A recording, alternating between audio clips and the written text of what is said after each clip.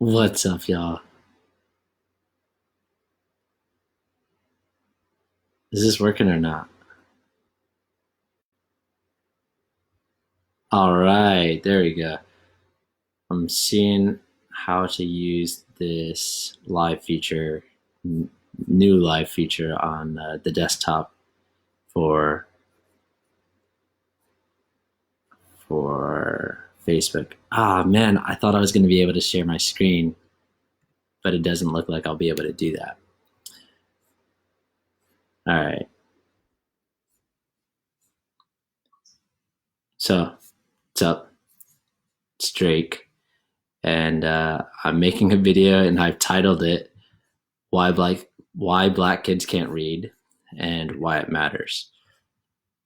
I was just reading this website that's talking about, does K through 3 reading matter? And the question that it has in the title is, ask the 70% of inmates who can't read. It goes on to say, life is unforgiving for children who can't read. More than 80% of students who fail to earn a high school diploma were struggling readers in third grade.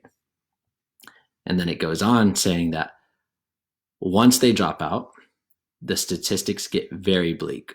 Almost 85% of teenagers in the juvenile justice system are functionally illiterate.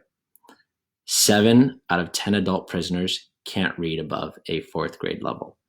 And dropouts make up 90% of Americans on welfare and 75% of food stamp recipients. Why is that all relevant to the topic that I have today? Well, because let's face it, uh, a good portion of those in the criminal justice system by race, I believe it's 30%, 33% are blacks, right? Which is interesting because, well, blacks only make up 12% of the total population in the US. And there's more blacks that are entering into prisons than whites, right? Um, Reason why I'm mentioning that is because, well, what that tells us then is that those on the, I guess, those who are poorer readers are more than likely the ones who are going to end up in jail, right? But this is disproportionately affecting young black poor readers, right? And part of the reasons why black people are poor readers in general, or black kids rather, is because, well, first off, they're copying their parents. And generally speaking, in the lower economic status, um, these parents are not reading. And so their children are copying what they're doing, which is not reading, right? But also, there's an environment, of course, where you're not really encouraged to read. You're more so encouraged, or praised rather, for having quick comebacks, being quick on your toes, quick witted, talking slick, so to speak, uh, and not talking with standard dialect. Or standard, is it standard English? Standard dialect, right? Which is how I'm speaking, right? Um, on top of that, you have, well, you've got this culture that almost makes it like, makes it difficult to learn as a child. I remember as a kid, it's funny because I've had this conversation with a few other people as well, uh, sitting at the table doing some homework and not knowing the answer. And I've actually seen memes of this as well. And and the meme will say like, you know, black mom, what's 7 plus 3? And kids like 9. And then black mom with all caps now, What's 7 plus 3? You know, as if like, oh, all of a sudden now I know the answer because you yelled at me. Um, but it's funny because I know that I, as a kid, went through that, and from a lot of other minority kids that I've talked to as well, they've gone through the same thing. And it's interesting because we get that obviously from like our own upbringing, and then we pass it down to our kids without even realizing it, right? And uh, it's also kind of, again, part of the culture. There's this culture, it. That's what I'm seeing mostly, is that there's this culture where it's okay to continue doing what we're doing, and what that means is that then we continue getting the same result, right? And part of the things that go on that I see that are detrimental to uh, not just the Black community, but anyone who practices these things, any community that practices these things and keeps them going, is uh, punishment is looked at as something that is acceptable. And in fact, not just acceptable, but necessary. And punishment with uh, not not just you did this so you can't have that, but punishment in the basically to the effect of I'm gonna beat your ass. I was watching a video with Joe Rogan and some other lady. I forget her name, but it was a Black mom, and she was talking about how being in line for a cruise, her kids were acting up, and she told them politely to behave or whatever. And then she said, after a couple of times of doing that, she said, "I will kick your ass." And she said other people were looking at her, but she said, I already told them. I already told them, right? And that is something that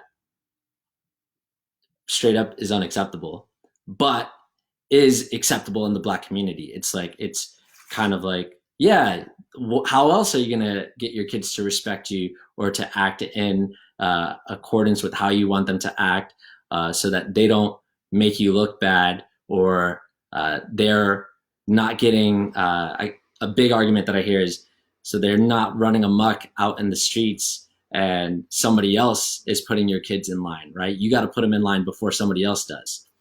Um, and I think that's sad. But the sad part about it is that you end up being the main abuser of your own kids. You end up doing the most damage to them, and they usually end up not experiencing any abuse from anyone outside of you, the parent, or the family member, or whatever. And that's what they remember. They're not going to remember someone else. And even if someone else did have the let's say the nerve to discipline your child in that way, they would be crossing over a boundary. They'd be overstepping their boundaries, obviously. But if you're protecting your child from, say, getting beat up by other hoodlums, or running his mouth to someone, um, that's not actually, you're essentially in that moment you're bullying your own children. And in bullying your own children, well, you're the bully. Yeah.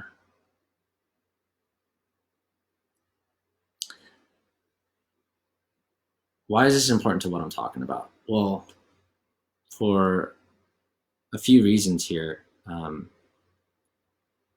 No kid wants to spend time or hang out with a bully, even if that bully is the main person that you get your love from. Then you're just forced to be around them, and that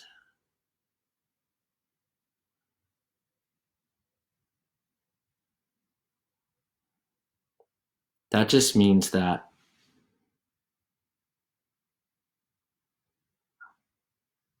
you end up learning to dislike the people around you. and you end up learning to dislike even yourself or your living situation. Well, let's start there with your living situation. You definitely end up learning to dislike your living situation, and then life becomes more of like a burden than something that you actually enjoy. And it leaves you less motivated to actually um, create a life that you actually want, or to go out and enjoy life, or do things um, out of this expression from within yourself of things that you want to do. And more so, you're just going through the motions of things. That's what that kind of bullying teaches. And I'm speaking from my own experience here, but seeing now, like as a kid, I don't think I had it as bad as a lot of other kids, but I the first to admit my childhood wasn't perfect, right? Um, but there were some things like being told that I was going to get my ass kicked, and knowing that the person saying it meant it, um, is definitely a way to keep yourself in check, and or you start keeping yourself in check. You start having this voice within your own head of, oh, better not do that. And uh, what's interesting is, to an extent, that is exactly what the parents are trying to create when they say things like that, is to put like an internal voice within your head so that you don't do anything that would show that you're disrespectful or a bad person or in any way. And it's as if we're protecting ourselves from this, from someone else's image of us that we've adopted. For instance, like if you go to the movies and you see certain people are portrayed in whatever way, and then generally you start to think, well, those people are like that. Most of those people are like that. And if you get indoctrinated with that enough times, uh, even the person who it's supposedly portraying starts to believe, like, oh, I'm like that, um, even if they're completely not. And then you start doing things to compensate for it so that you don't come up that way. For instance, somehow, some way, Black people are known for not being good tippers. It's a stereotype. But when I worked in the restaurant industry, that's what all the servers would say. At least here in Florida, that's what all the servers would say. And so whenever I would go to sit at a restaurant, I would always over tip. And it's funny, my roommates, well, one of my roommates in college used to say, "Man, it's like you have to tip extra just so you don't get looked at funny," and we would laugh about that. But I actually did feel that way for a while, and so I can see why um, parents, especially if you're known for being kind of rowdy or loud or whatever, if that's how you're portrayed in the media, if you're trying to overcompensate for that, I can see how being authoritarian or uh, supreme disciplinarian might seem like the route to go, but it's again an overcompensation that is based in a fear of how you're perceived, based in perception, right? And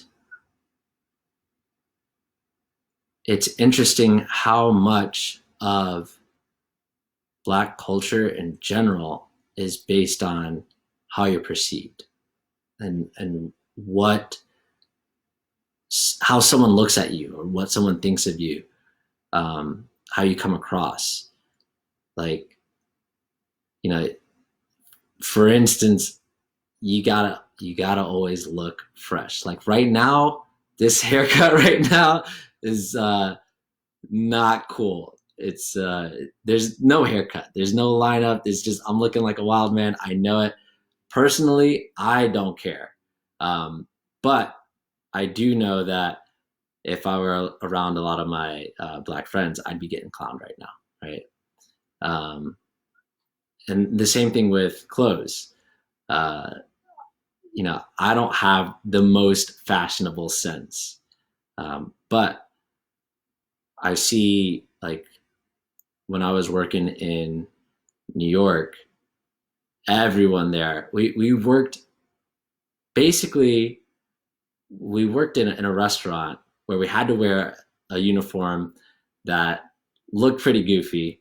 Um, and it was funny how we all wore the same thing. We all looked goofy.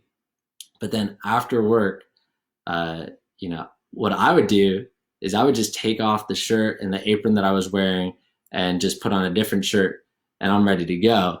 But what I noticed everyone else was doing was they had an entire wardrobe change where they went from wearing, these shoes that were non-slip to wearing like $300 shoes like Yeezys or something like that. They'd slip into $100 jacket, $400 pants. It was ridiculous. It was ridiculous to me. But I was like, why? How do you? First off, how do you have the money for all this stuff? Because I know we weren't getting paid that much. And second off, why do you have to change into this every single night? And for them, it was like a no brainer. Like I can't walk out wearing that. Like that would look ridiculous. I would look whack. I would, but it's all about this perception. It's like, but you're not that wealthy. You definitely can't afford that on this salary. And if you can afford that from something else you're doing, then why are you coming here to this kind of job, right? And again, it all boils down to how we're perceived. And so going back to why black kids can't read, it's because, well, in a lot of cases, about 45% of young black kids are growing up in poverty. And that's a huge percentage of any population, 45%. Well, for those kids, generally speaking, 75% of black families are single parent families, right? And most of those are the mother raising the kids.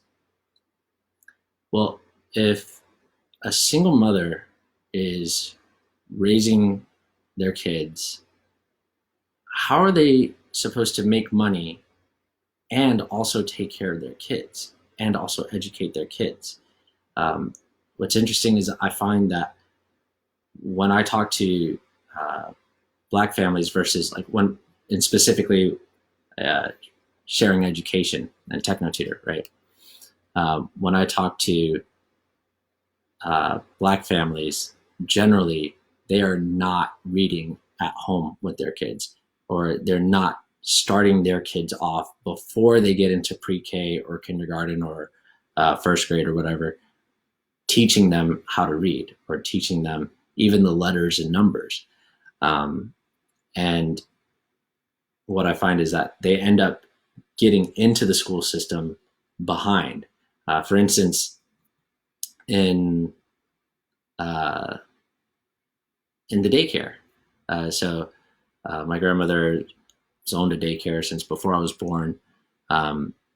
We tend to cater to lower income families, right? Well, in that daycare, a lot of parents, so Vlad, a lot of parents are not teaching their kids to read. They're not teaching their kids their letters or numbers before coming in.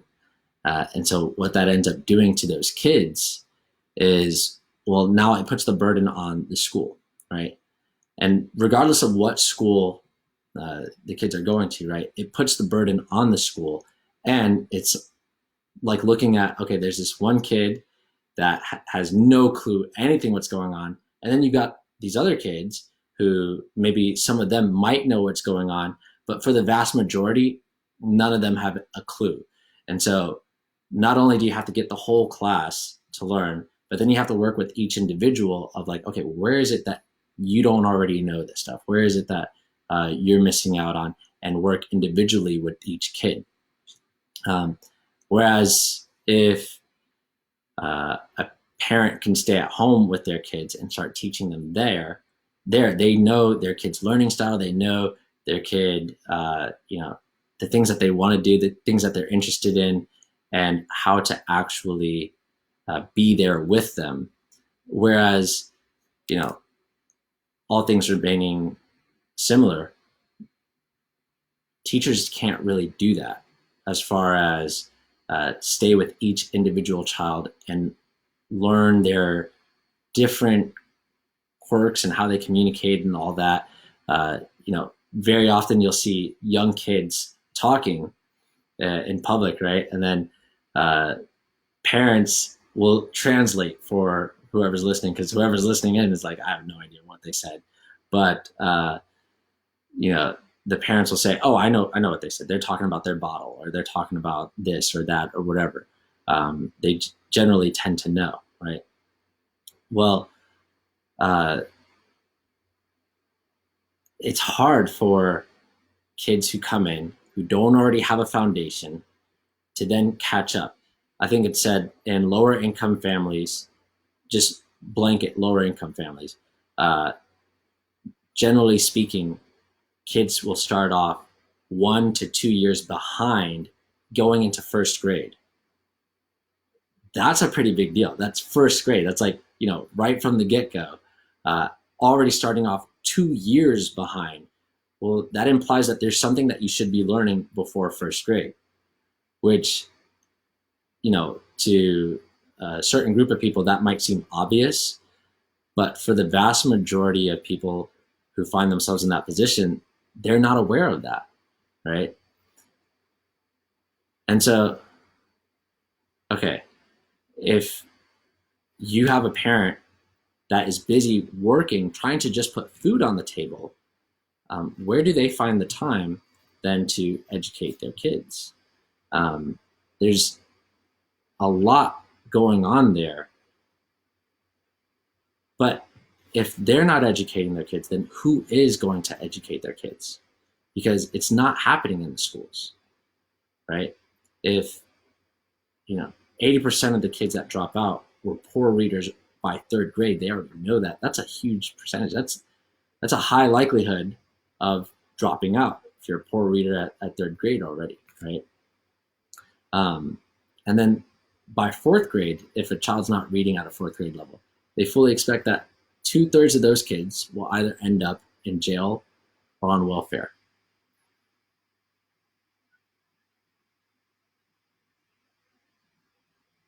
Something has to be done. Education is looked at as a way to pull someone out of poverty. But poverty is also looked at as a hindrance to education.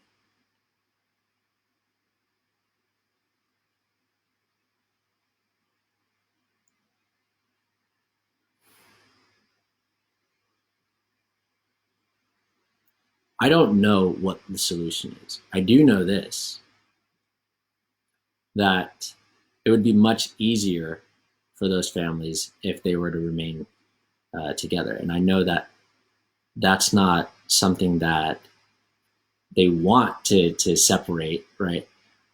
But, and I'm talking about like mothers and fathers in the Black community, I know that it's not necessarily that they want to separate, but there's this sense of pride of being a single Black female or mother or independent woman or whatever is the going trend at the moment. But I know that if there was the opportunity for the relationship to actually grow into uh, what they thought it was, in the beginning, then they wouldn't really care to be single or independent or whatever. It's much better to raise a child with both parents, right? Um, and so, for one, if those families could stay together, that would provide a definite better support, better framework, better foundation for these children having a better education. Second, they're going to have to start reading themselves and improve their own education, because part of the reason why they're in a situation like being in poverty or in a broken home is because of lack of education and lack of emotional stability, right? Which both of those things can be improved with education, right? And so, obviously, education can be improved with education, but uh, as you improve your education, then there's better opportunities for making money, right? And as well as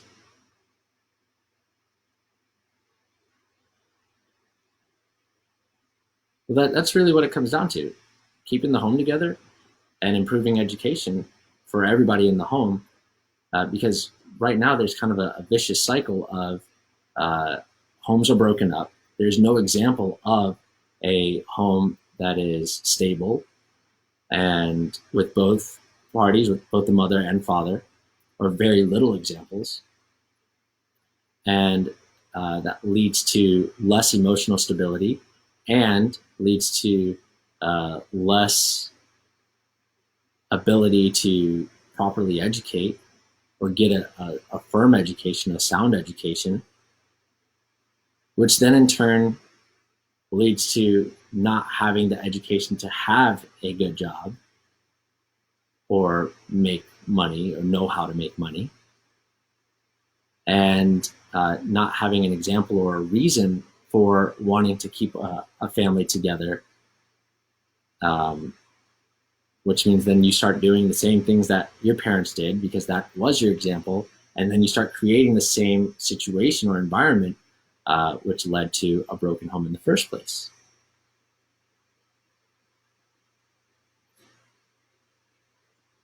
So, how can we change that? What's the solution then? Well, the solution then is obviously improving education, but okay, how do you improve your education if you're an adult? Um, well, it's very challenging for an adult to improve their education because for most adults, they are not actually learning any better than they were when they were a child.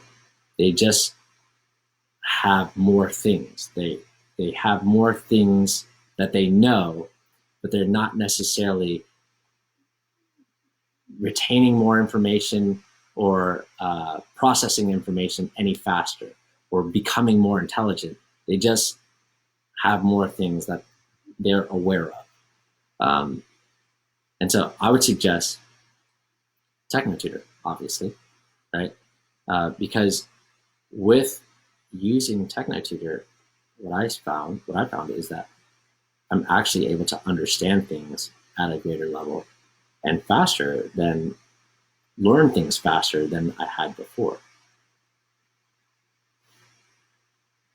So that's all I've got to say for today.